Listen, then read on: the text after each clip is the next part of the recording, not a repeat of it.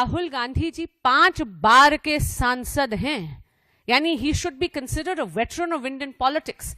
लेकिन उनकी बातें सुनकर केवल और केवल अज्ञानतापूर्ण बातें वो करते हैं, और उनकी अज्ञानता से ऐसा लगता है जैसे कि वो इस देश के नेता प्रतिपक्ष नहीं, बल्कि एक अज्ञान, अबोध और एक हठी बालक की भूमिका निभा रहे हैं। आज जिस प्रकार का उन्होंने आरोप इस देश पे और इस देश के प्रधानमंत्री पे लगाया है, मैं उनकी कहना चाहूंगी, क्या बात आप भारत विरोधी ताकतों के माउथपीस बन गए हैं क्या? शायद उन्होंने इंडिया यूएस ट्रेड डील की जॉइंट स्टेटमेंट तक नहीं दी। आज किसानों की हक की बात कर रहे थे, बहुत बड़े बड़े दावे कर रहे थे। क्या वो भूल गए कि agricultural products valued at 1.035 billion USDs have been assured zero reciprocal tariff, यानी हमारे जितने भी किसान भाई बंधु हैं उनको इस बात का चैन हो जाना चाहिए, उनको ये बात सुनिश्चित कर देनी चाहिए कि उनके प्रोडक्ट्स पे तो जीरो रेसिप्रोकल टैरिफ है। ऐसे में ये जो झूठ फैला रहे हैं राहुल गांधी जी, मैं उनको याद कराना चाहूंगी कि बार बार इस देश की जनता ने आपको अस्वीकार करा है।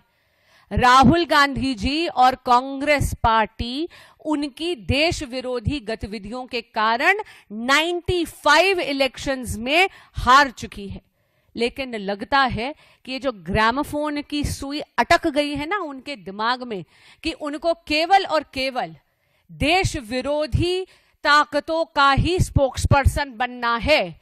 कुछ विषय जिनका ना सर है ना पैर है, उन्हीं को बार बार इस झूठ को दोहराना है।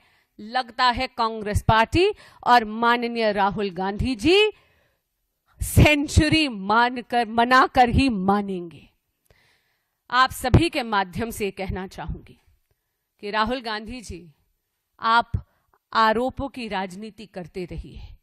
हम नरेंद्र मोदी सरकार और हर भारतीय केवल और केवल परिणामों की राष्ट्र नीति में विश्वास रखते हैं, और इसीलिए आदरणीय प्रधानमंत्री श्री नरेंद्र मोदी जी के कुशल नेतृत्व में भारत प्रगति के पथ पर अग्रसर है और अग्रसर रहेगा।